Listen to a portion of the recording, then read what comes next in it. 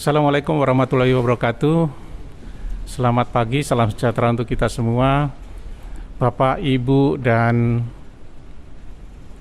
sahabat perbendaraan, berjumpa kembali dengan kami dari Kanwil Ditjen Perbendaraan Provinsi Sulawesi Selatan yang pada pagi hari ini akan bincang tentang pelaksanaan anggaran.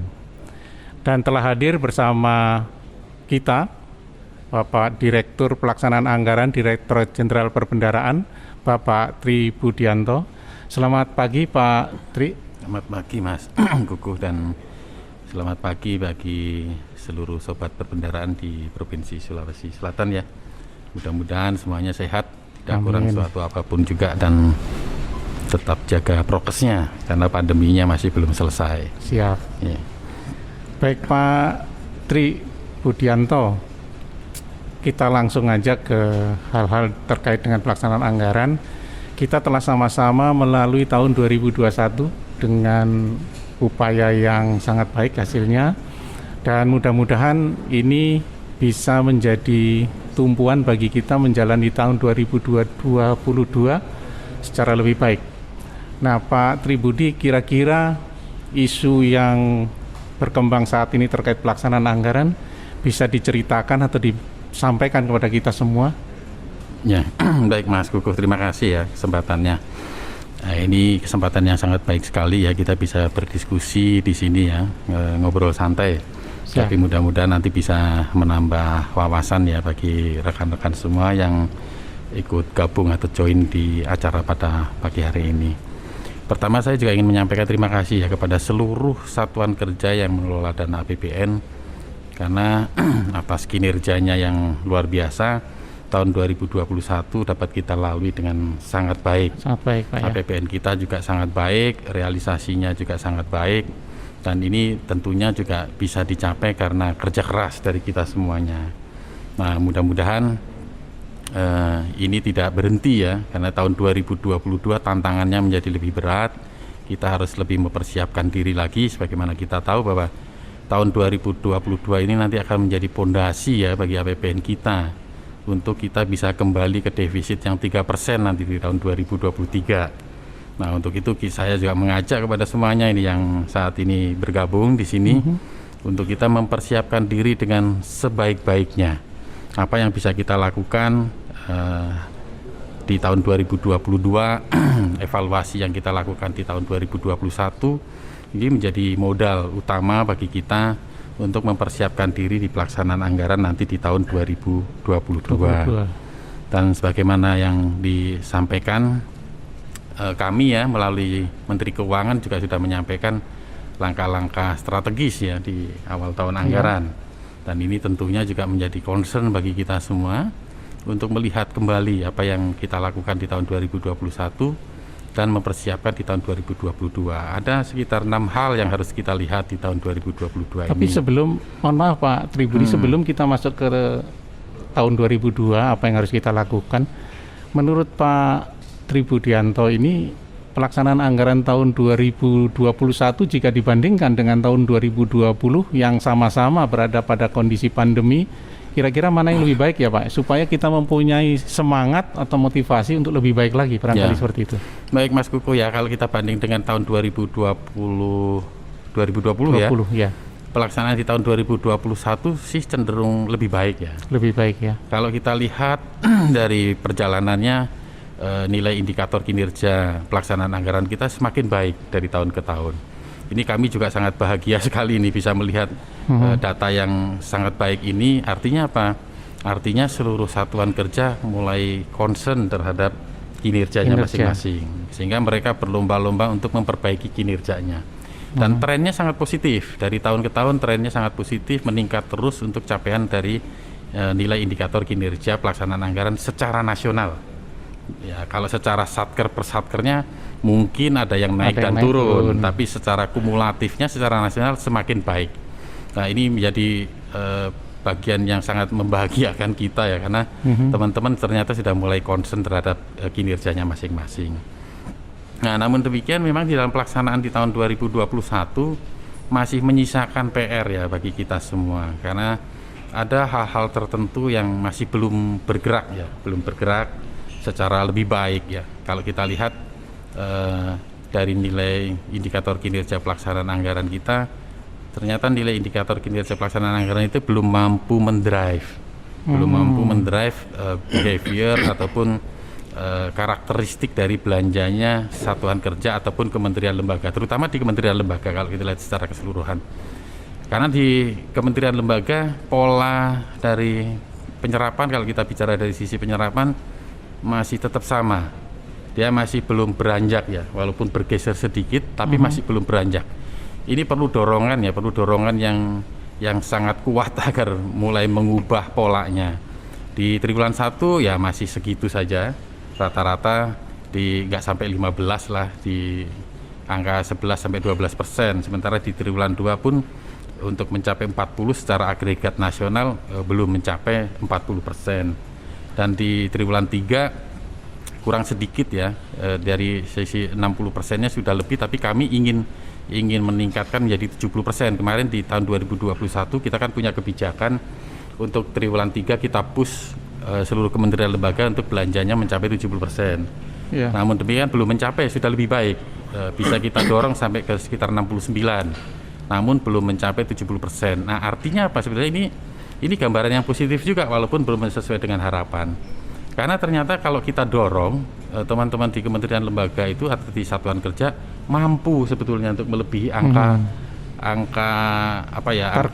targetnya ya, yang 60% itu mampu ya. Artinya sebetulnya kalau punya niat bisa gitu ya. Nah, asal namun, niat ya, asal Pak, niat. Tapi namun demikian yang perlu kita cermati nanti adalah di posisi di triwulan 4-nya.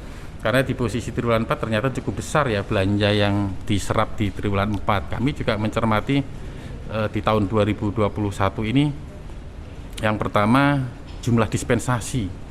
Dispensasi yang kami keluarkan itu luar biasa di tahun 2021. Jumlahnya hampir di atas 30 triliun kalau dari nilai nominalnya. Dan jauh lebih tinggi dari tahun 2020. Karena tahun 2020 sekitar 800 miliaran aja untuk yang dispensasi ini. Nah, kalau mohon maaf Pak Tri, kalau kita lihat dari nilainya lebih tinggi di tahun 2021 dibanding tahun 2022. Betul. Tapi kalau kasusnya gimana ini Pak Tri? Ya sama saja. Karena ya ada kemungkinan juga jumlahnya lebih tinggi karena per SPM mungkin nilainya lebih tinggi gitu ya. Iya. Namun secara keseluruhan dari jumlah SPM-nya pun lebih banyak. Lebih banyak. Tahun. Nah, ini menunjukkan apa? Ini menunjukkan bahwa rekan-rekan kita, mitra kerja kita di satuan kerja maupun di kementerian lembaga masih belum concern juga terhadap akhir tahun anggaran. Masih banyak juga yang tidak melakukan pengawasan, tidak melakukan monitoring terhadap pelaksanaan pekerjaannya. Karena kalau dispensasi identiknya adalah yang seharusnya sudah dibayar menjadi belum dibayar kan, seperti ini.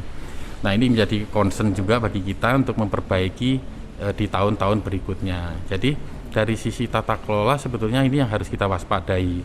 Karena pelaksanaan pekerjaan yang selalu diselesaikan menjelang deadline, menjelang di akhir tahun, maka kemungkinan ada banyak kemungkinan yang akan bisa terjadi. Ya. Nah, kan kita semua tahu bahwa namanya cepat-cepat itu pasti ada yang lewat. Jadi ada trade off antara kecepatan dengan ketelitian lah, ya, dengan kualitasnya diantaranya seperti itu. Nah, ini yang harus kita perbaiki ya. Nah, kemudian jika kita lihat juga dari sisi kontrak ya, kalau kita menilai dari sisi indikator kinerja pelaksanaan anggaran per kriterianya, dari sisi kontrak kita juga masih melihat cukup besar kontrak-kontrak yang selesai jatuh temponya di akhir tahun anggaran. Ini juga menimbulkan risiko yang cukup besar, terutama baik dari sisi pemerintah kita. Kalau dari sisi pemerintah kita kan risikonya berarti ada output yang kemungkinan bisa tidak tercapai. Ya. Artinya apa? Target pembangunan kita menjadi tidak tercapai.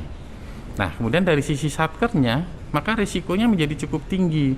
Karena pada saat terjadi one prestasi, dia harus mengklaim jaminannya. Kalau jaminannya bisa diklaim, kalau jaminannya tidak bisa diklaim, maka itu menjadi tanggung jawab besar bagi PPK-nya. Nah, risiko-risiko yang seperti ini kan seharusnya tidak terjadi. Betul. Kalau kita betul-betul melaksanakan pelaksanaan kegiatan kita ataupun pelaksanaan anggaran kita secara disiplin. Jadi menurut saya di dalam pelaksanaan anggaran ini kuncinya adalah disiplin disiplin di dalam pelaksanaan anggaran, disiplin dalam kegiatannya. Sejak awal kita sudah harus mengedepankan disiplin anggaran ini. Dari sisi pada saat kita menyusun perencanaan kerja kita ataupun perencanaan kegiatan kita, sepanjang kita disiplin dengan perencanaan itu, maka hal-hal yang seperti itu dapat kita mitigasi, dapat kita hindari dengan sebaik-baiknya. Nah, mungkin sampai dengan saat ini problemnya adalah di kita itu seringkali tidak disiplin. Artinya yang sudah kita rencanakan bisa diubah dengan seenaknya, dalam tanda kutip ya, seenaknya, tapi Sesuai mimpi ya. sesuai keinginan lah. Kalau kayak ini nggak cocok, ini mundur aja, jadi mundur semuanya. Nah, ini juga tercermin dari halaman 3. Kalau saya jadi KPA, maka sebaiknya para KPA itu mencermati halaman 3-nya. Halaman 3 3 DIPA. Karena halaman 3 DIPA ini akan mencerminkan kegiatannya. Jadi ada dua sisi ya.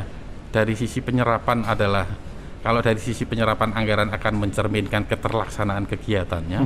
Demikian juga dari sisi halaman 3-nya. Karena halaman 3 itu adalah rencana kegiatan yang akan kita laksanakan sesuai dengan time frame-nya, schedule-nya. Nah, kalau itu kita disiplin, saya yakin pelaksanaan anggaran kita akan menjadi lebih baik. Nah, untuk itu saya harap juga kepada seluruh mitra kerja kita, seluruh satuan kerja para pengelola dana APBN ini, untuk mulai lebih disiplin di dalam melaksanakan anggarannya. Nah, itu beberapa hal ya yang terkait dengan ini. Kemudian dari data yang kita kumpulkan juga akan terlihat sebetulnya bahwa banyak kegiatan-kegiatan yang seharusnya sudah bisa diselesaikan, tapi ternyata dia terdelay ya. Entah reasonnya atau alasannya apa, mungkin satkernya yang lebih paham, tapi menurut kami seharusnya itu tidak terjadi, karena itu seharusnya bisa dilaksanakan di awal-awal. Nah, ini penting ya bagi kita semua kalau kita ingin meningkatkan disiplin di dalam pelaksanaan anggaran kita. Nah, untuk mendrive atau untuk mendorong itu, kami juga ingin mengubah ya pola dari penyerapan anggaran kita, karena bagaimanapun juga apalagi di masa pandemi ya. Di masa pandemi ini belanja pemerintah atau APBN kita itu sangat diharapkan untuk negara kita bisa segera keluar dari krisis ekonomi ya, atau terpuruknya perekonomian kita akibat COVID-19. Jadi kalau belanja pemerintah tidak bisa kita kawal dengan sebaik-baiknya, maka pemulihan ekonomi kita akan terdelay. Ya, yang menanggung akibatnya juga kita semua juga, masyarakat kita juga. Ya. Nah, untuk itu kami harap ya teman-teman mitra kerja kita, para pengelola dana APBN betul-betul serius ya kita melaksanakan APBN kita dengan sebaik-baiknya sehingga APBN kita bisa menjalankan fungsinya dalam pemulihan ekonomi ini. Karena bagaimanapun juga di masa-masa sekarang ini, di masa krisis, maka untuk bisa segera memulihkan ekonominya ya APBN kita harus menjalankan perannya sebagai counter cyclical ya dalam perekonomian kita. Jadi di masa turun ya APBN yang bekerja sehingga dia mampu mengangkat kembali perekonomian kita. Dan itu sebenarnya sudah terbukti ya dengan APBN kita yang sangat baik ya, dengan respon pemerintah dengan kebijakan-kebijakannya, ternyata kita tidak terpuruk terlalu dalam. Karena di tahun 2020 minus kita cuma 2. Kalau kita bandingkan dengan negara-negara lain sangat jauh. Kita lebih baik. Nah, untuk itu agar lebih efektif lagi di dalam pelaksanaan di tahun 2021 yang sudah lewat ya, tapi nanti di tahun 2022, maka kita harus betul-betul bisa memanfaatkan APBN kita agar bisa menjalankan perannya dengan sangat optimal. Kuncinya lebih disiplin gitu ya Pak. Kuncinya adalah ya kita disiplin di dalam melaksanakan anggaran kita. Ya. Baik Pak Tri, tadi beberapa hal sudah disampaikan, hal-hal yang masih perlu pembenahan di sana-sini ya. Tapi kalau misalnya kita melihat dari sisi yang lain ini Pak Tribudi, banyaknya dispensasi tadi sudah disinggung bahwa di tahun 2021 ini kan lumayan tinggi dibanding tahun sebelumnya. Ini kira-kira bukan disebabkan oleh karena regulasi yang ada ya Pak Tri ya? Seperti contohnya begini, pada saat akhir-akhir tahun itu kan ada regulasi yang mengamanatkan bahwa penyampaian tagihan atau SPM ke KPPN paling lambat tanggal sekian. Lewat dari itu butuh dispensasi. Nah, saya melihatnya di sini barangkali ada yang serah terimanya kemarin gitu ya, terpaksa harus disampaikan di hari ini. Nah, apakah ini tidak mempertimbangkan waktu yang dibutuhkan bagi Satker untuk mengajukan SPM-nya, Pak Tri? Ya, ini tergantung perspektif ya, tergantung perspektif kita. Kalau sudut pandang kita dari sisi yang lain ya bisa dimaknai seperti itu. Tapi sebetulnya pengaturan-pengaturan yang dilakukan ini justru berdasarkan evaluasi yang sebelumnya. Karena evaluasi tahun-tahun sebelumnya kita juga sama-sama tahulah bahwa banyak tagihan-tagihan yang seharusnya munculnya di bulan Juli baru ditagihkan di bulan November misalnya Desember gitu ya, atau di Desember. Nah, untuk mendisiplinkan ya, kadang-kadang di kita itu untuk mendisiplinkan harus dipaksa. Gitu ya. Nah, harapannya sih setelah dipaksa menjadi lama-lama terbiasa gitu ya, terbiasa untuk menjadi disiplin. Nah, dari situlah maka kita mengatur, menjadwalkan dengan memaksa teman-teman atau mitra kerja kita untuk lebih disiplin di dalam melakukan mengajukan pembayaran. Karena bagaimanapun juga setiap pembayaran yang dilakukan oleh pemerintah dia akan bermakna bagi perekonomian kita. Sehingga semakin cepat dilakukan pembayaran dia akan semakin memberikan kontribusinya. Bisa kita bayangkan kalau seluruh pembayaran pemerintah dilakukan di akhir tahun, maka bagaimana kita mau mengubah perekonomian kita di tahun anggaran berjalan ini? Karena nanti manfaatnya baru muncul di tahun berikutnya. Jadi ya ini yang coba kita perbaiki ya. Nah, terkait dengan time frame-nya ya itu tadi seharusnya kita sudah mulai mempersiapkan diri ya semuanya ya. Kan kita sudah tahu ya jatuh temponya kapan, ininya kapan. Nah, itu harusnya secara administratif harusnya sudah disiapkan. Dan untuk dispensasi memang dimungkinkan tetap tapi itu bukan suatu hal yang baik. Makanya dispensasi ini akan mengurangi nilai kinerjanya gitu ya. Di IKPA tadi ya. Termasuk itu.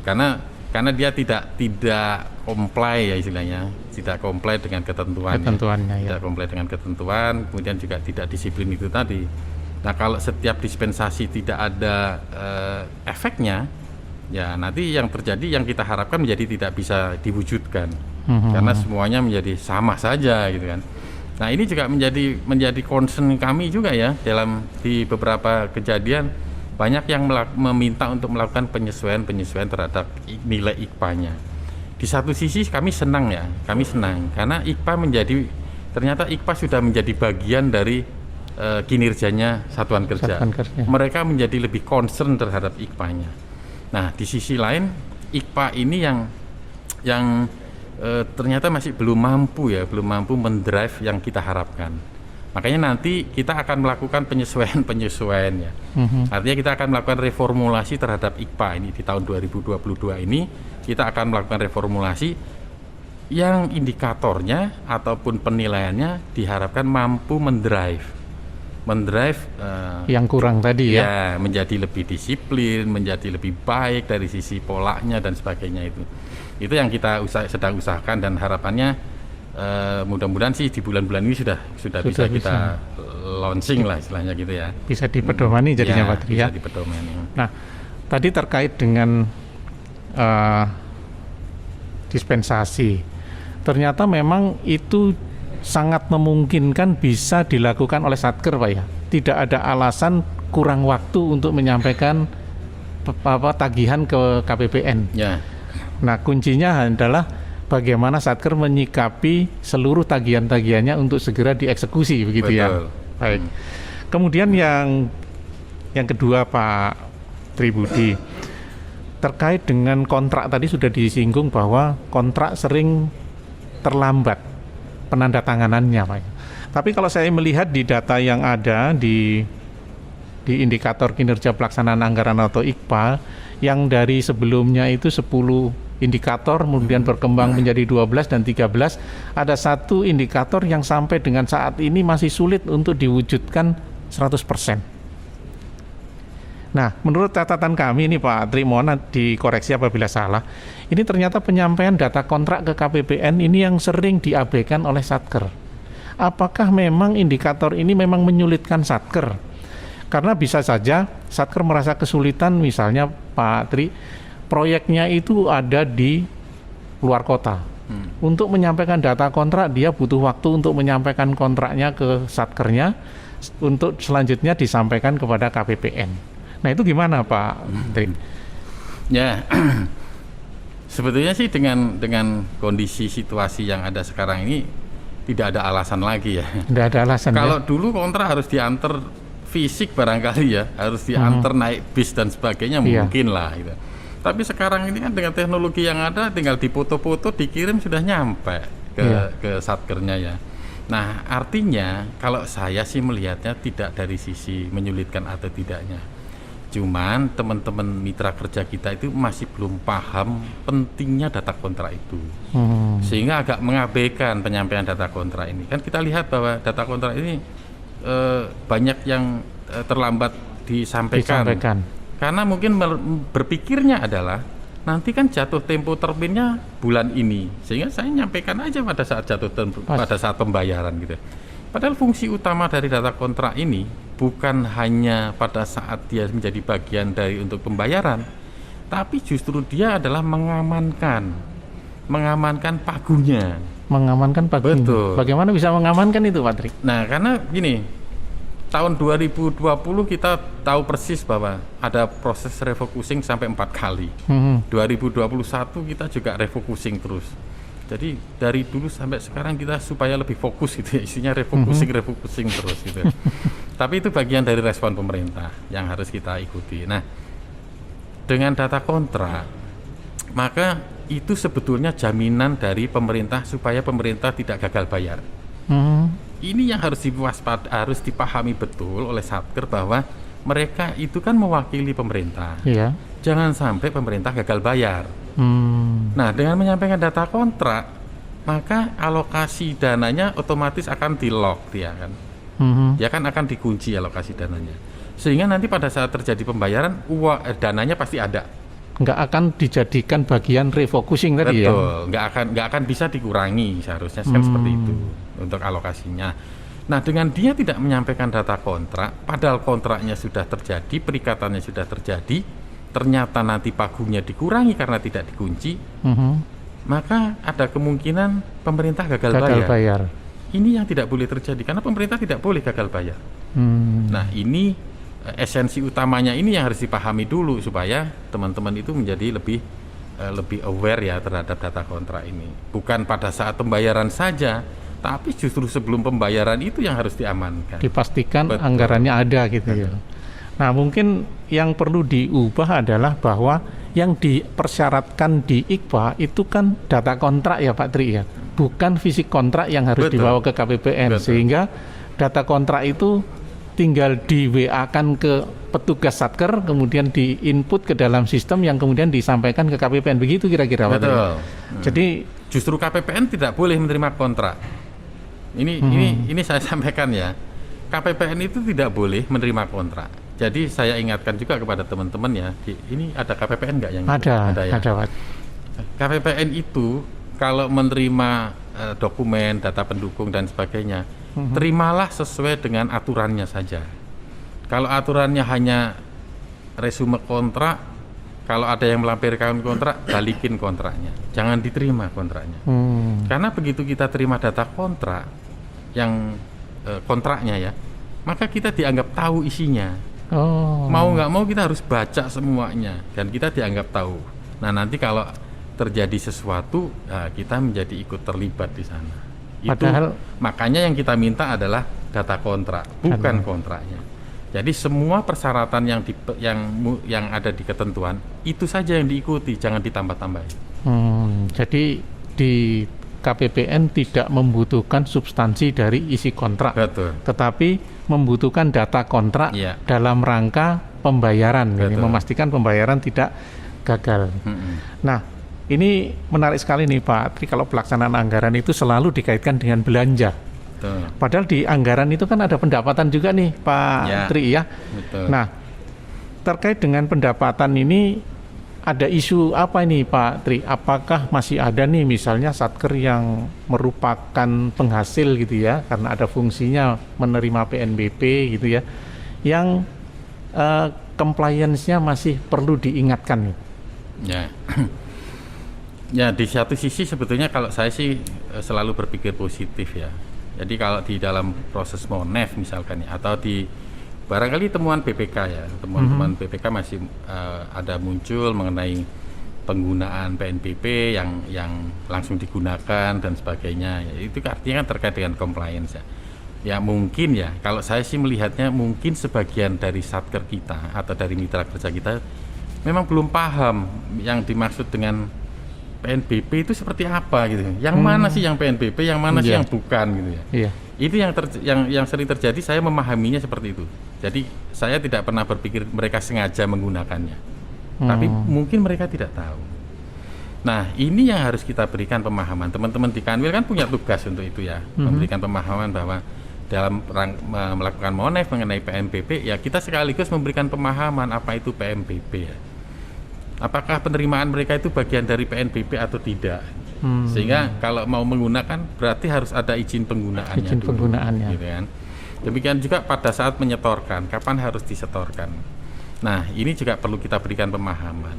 Kalau secara prinsip sebetulnya semua penerimaan negara atau semua penerimaan satker yang diterimanya karena tugas dan fungsinya, karena fasilitasnya negara, karena BMN-nya negara, itu ya berarti semuanya PNBP. Baik itu PNBP fungsional maupun PNBP umum. Jadi tergantung penerimaannya. Nah, kalau semua yang di penerimaan itu karena ada aturannya, karena ada menggunakan punyanya negara, ya jangan digunakan. Itu berarti harus disetorkan. Tidak boleh secara prinsip ya.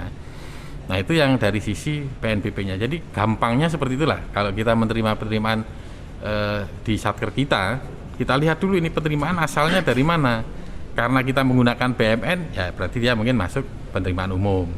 Tapi dia pasti PNBP. Gitu. Ya, pasti PNBP.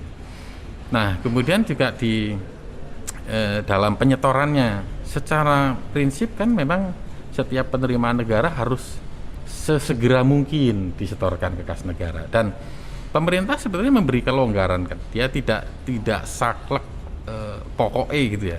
Tapi pasti ada jalan keluarnya yang disampaikan di sana. Ya kalau tidak memungkinkan pada saat itu juga boleh dia menyetorkannya secara berkala, tapi ada caranya gitu ya. Jadi boleh setiap minggu, boleh setiap bulan. Ya, secara prinsip kan pemungutan penerimaan negara itu tidak boleh tidak efisien. Artinya jangan sampai penerimaan negara kita yang kita hasilkan itu lebih kecil daripada biaya yang kita keluarkan. Nah, itu salah satunya. Makanya kalau dia harus nyetor setiap hari, perlu ongkos naik ojek 100.000, yang nyetornya cuma 50.000, ya buat apa? Makanya dia boleh secara berkala dikumpulkan dulu sehingga menjadi efisien itu tadi penerimaan negaranya. Gitu ya. Gitu ya. Artinya seluruh penerimaan itu sesegera mungkin disetorkan. Tapi jangan khawatir deh kalau misalnya ongkosnya lebih gede gitu, bisa dikumpulin dulu dan secara periode disetorkan ke kas negara. Nah, kemudian pertanyaannya nih Pak Tri, ada mitra kita atau satuan kerja kita itu yang berpikiran begini, itu kan yang menghasilkan saya. Nah, karena rasa memilikinya yang terlalu tinggi nih kayaknya nih Pak Tri ya. Betul. Kemudian akhirnya pengennya itu bisa dipakai untuk dirinya. Nah, itu gimana ini Pak Tri? Ya, sebetulnya ya, yang seperti itu tuh sudah diakomodir. Jadi PNBP ini kan tidak beda jauh dengan DBH misalkan. DBH itu kan juga dibaginya tidak semuanya kepada penghasilnya, tapi secara formula dia memang sudah disesuaikan. Jadi dia ada daerah penghasil dan bukan penghasil, yang by origin sama by formula. Yang daerah penghasil pasti akan dapat lebih besar daripada daerah yang lainnya. Nah, tapi konteksnya kalau dia menjadi egois gitu ya misalkan ya, kita bilang egois karena dia merasa memiliki, saya yang cari, saya yang ini, terus kita balik, ya bisa saja kalau guyonannya itu kita balikin. Memang kalau nggak difasilitasi pemerintah bisa nyari gitu kan? Iya. Ya kan? Betul. Kan nggak bisa. Dia kan menjalankan tugas pemerintah. Ya, kembali semuanya harus. Jadi berpikirnya adalah tidak sektoral, tidak egois, tapi dalam konteks yang lebih besar. Nah, masalah penggunaan PNBP ini memang di beberapa kementerian ya, tidak seluruhnya digunakan oleh satker penghasilnya. tapi ada juga digunakan untuk satker-satker yang lainnya. Karena itu menjadi bagian dari operasional. Jadi nanti kalau caranya seperti itu, nanti ada satker yang di sana sebetulnya membutuhkan layanan tapi nggak punya duit. Nanti jadi ditutup, layanan negara jadi nggak ada di sana. Betul. Nah, ini yang harus dipahami juga oleh teman-teman semua ya di mitra kerja kita yang para penghasil PNBP ini, bahwa iya memang mereka yang berusaha, mereka yang bekerja keras gitu ya. Tapi ya tidak semuanya menjadi hak ya. Ini sebenarnya bukan hak gitu ya. Bukan haknya. Tapi ini konteks besarnya adalah ya milik pemerintah semuanya. Jadi pemerintah yang mengatur. PNBP dihasilkan setor kas negara boleh digunakan untuk operasional pelayanannya gitu ya Pak Tri ya. Jadi sebetulnya prinsipnya kalau PNBP itu tidak hanya untuk operasional ya. Seharusnya adalah dia boleh digunakan lagi itu untuk meningkatkan layanannya. Meningkatkan layanannya. Baik Pak Tri, ini kan ada PNBP yang bisa digunakan dan ada yang tidak bisa digunakan. Ini bisa nggak Pak Tri bisa disampaikan ke kami semua, PNBP yang bisa digunakan itu yang seperti apa? Dan dibedakan dengan yang tidak bisa digunakan tadi gitu. Jangan sampai semuanya dirasakan ini PNBP saya gitu. Nah, secara prinsip sebetulnya ya terbagi dua ya, ada PNBP yang umum dan PNBP yang fungsional. Nah, yang bisa digunakan itu rata-rata yang fungsional. Yang fungsional. Karena kalau yang umum, yang umum ini kan biasanya karena penggunaan fasilitas ya, ya sifatnya lebih ke arah penyewaan, BMN, penggunaan BMN dan sebagainya. Tapi kalau yang fungsional itu terkait dengan tugas dan fungsinya dan layanan yang diberikannya. Jadi dia memang dikembalikan dengan catatan sebenarnya untuk meningkatkan pelayanannya kepada masyarakat. Nah, itu yang harus disadari juga bahwa mereka boleh menggunakan ya penggunaannya sekian persen, itu ada hitung-hitungannya lah. Nanti hitung-hitungannya teman-teman DJA saya nggak paham persis karena pertimbangannya beda-beda gitu ya. Setiap KL pertimbangannya beda-beda. Nah, itu yang harus dipahami bahwa yang dikembalikan itu adalah dalam konteksnya untuk meningkatkan kualitas layanannya. Jadi memang PNBP ini dibolehkan untuk memungut gitu ya. Nah, tapi pungutan ini kan macam-macam.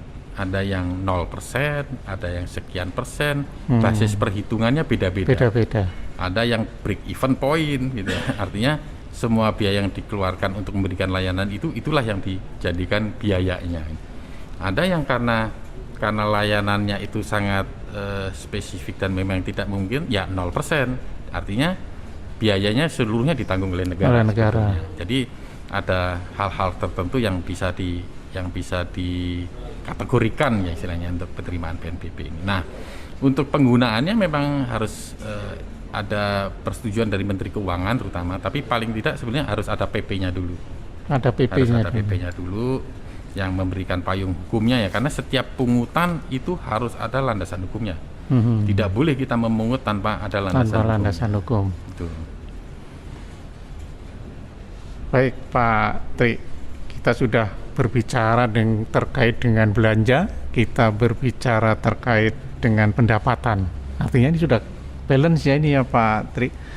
Barangkali untuk terakhir ini Pak Tribudi, statement akhir gitu ya bagi teman-teman semua dan sahabat perbendaraan terkait dengan bagaimana kita bisa mengelola anggaran kita sehingga memenuhi indikator kinerja tadi Pak. Terutama ada dua hal tadi. Kemudian tips terkait dengan PNBP Pak. Mungkin itu Pak Tri. Baik. Ya terutama buat rekan-rekan semua ya.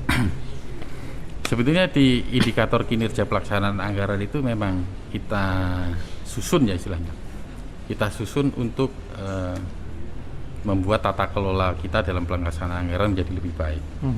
Dan diharapkan juga mampu mendrive teman-teman untuk memperbaiki pola penyerapan, untuk memperbaiki capaian-capaian di dalam pelaksanaan kegiatannya. Yang pertama makanya bobotnya akan berbeda-beda. Ya. Penyerapan tetap lebih besar ya karena penyerapan anggaran akan selalu mencerminkan capaian kegiatan. Nggak ada penyerapan anggaran yang nggak ada kegiatannya, harusnya seperti itu. Nah demikian juga capaian output ya, capaian output yang baru-baru ini itu juga kita untuk memastikan bahwa memang outputnya ada. Nah kemudian revisi yang bobotnya gede-gede itu kan, revisi juga akan mencerminkan. Jadi revisi itu walaupun kelihatannya cepat gitu ya, tapi proses sebelumnya yang lama. Dia pasti perlu waktu. Begitu perlu waktu, dia pasti akan mendelay kegiatannya. Iya. Karena secara prinsip dia tidak boleh dilaksanakan sebelum direvisi. Walaupun prakteknya banyak yang enggak. Gitu. Nah ini yang seharusnya enggak boleh. Kalau saya selalu menyampaikan itu tidak boleh. Nah di proses revisi ini di kami, di kita ya, di Perben ya, di perbendaharaan, memang sehari selesai. Tapi pada saat nyusun perubahannya ini, paling enggak teman-teman mungkin di Satker perlu waktu seminggu gitu ya. Artinya apa? Dia akan mendelay waktu sekitar seminggu untuk pelaksanaan kegiatan. Makanya kalau revisi jangan sering-sering, nanti sedikit-sedikit revisinya sedikit-sedikit gitu. Jadi idealnya paling tidak itu maksimalnya kalau menurut saya harusnya setahun cuma 2 kali. Di awal pada saat kita melakukan penyesuaian ataupun melihat kembali ya apa yang sudah kita rencanakan, sama di setelah semester 1 hasil evaluasi kita sama di nanti sampai dengan akhir tahun itu harusnya revisi itu, karena terlalu banyak revisi juga artinya perencanaan kita juga tidak bagus. Nah untuk itu ya dari awal untuk nilai kinerja kita harus lebih baik ya. Seluruh satuan kerja pertama harus disiplin dalam melaksanakan kegiatannya. Apa yang sudah direncanakan ya itu dilaksanakan. Karena di dalam perencanaan pasti sudah ada time frame-nya ya. Misalkan karena bayangan saya pada saat kita menyusun anggaran, menyusun RKKL, kita kita mengalokasikan untuk sosialisasi A gitu misalnya. Pasti di KAK-nya sudah ada itu. Akan dilaksanakan kapan, melibatkan berapa orang, siapa saja, harusnya sudah ada. Nah, artinya pada saat pelaksanaan kita sebenarnya tinggal menjalankan. Gitu ya. Perubahan-perubahan yang terjadi ya kalau ada kebijakan secara nasional itu baru bisa kita sesuaikan untuk itu. Nah disiplin menjadi penting. Nah demikian juga yang kedua adalah di dalam kita untuk mematuhi aturan yang ada. Contohnya yang kita masukkan di dalam indikator kinerja pelaksanaan anggaran itu sebetulnya sudah diatur. Kita cuma mendrive mereka supaya mengikuti aturannya. UP, pertanggungjawaban UP itu sudah diatur di aturannya bahwa sebulan dia paling tidak harus sudah revolving. Dia harus sudah ini LPJ tanggal 10 dia harus sudah ini. Nah ini memang kita tujukan untuk mereka agar lebih patuh ya terhadap kegiatan. Nah namun demikian kalau kita kita lihat lebih besarnya, maka kami mau mereformulasi kembali ya untuk IPA ini supaya mampu mendrive ya, artinya mengarahkan ataupun mendorong ya mitra kerja kita, para pengelola APBN ini menjalankan tugasnya agar APBN kita juga menjalankan tugasnya, menjalankan perannya gitu. Nah itu yang harus dilakukan. Nah kemudian terutama sebetulnya kalau kita ingin memperbaiki IKPA, nilai indikator kinerja pelaksanaan anggaran kita, yang pertama adalah komitmen dari pimpinannya dan awareness dari pimpinannya. Pimpinan kuncinya. Karena kalau tanpa itu ya tidak akan jalan. Kan kita sama-sama tahu juga kalau pimpinan kita itu setiap saat memantau, setiap saat melihat progresnya, setiap saat nanya, maka dia akan berjalan dengan sangat baik. Jadi kalau menurut saya kalau ingin bagus ya itu tadi KPA-nya ya yang harus aware ya. Harus aware terhadap hal ini. Nah, mungkin itu ya di beberapa indikator kita. Kalau yang lainnya sih sudah cukup bagus ya. Nah, yang sering jadi problem di IKPA saat ini memang direvisi halaman 3 DIPA sama di data kontrak. Walaupun data kontrak sudah mulai membaik ya. Tapi masih belum yang seperti yang kita harapkan. Padahal mudah itu Pak ya sebenarnya ya. Mudah banget kalau mau. Cukup difoto sudah selesai. Ya. Baik, terima kasih Pak Tri, Bapak Ibu Sobat Perbendaharaan. Demikian bincang kita terkait pelaksanaan anggaran pagi hari ini, dan mohon maaf apabila ada hal-hal yang kurang berkenan dari kami, dan sampai jumpa di kesempatan yang akan datang. Akhir kata, wassalamualaikum warahmatullahi wabarakatuh. Waalaikumsalam warahmatullahi wabarakatuh.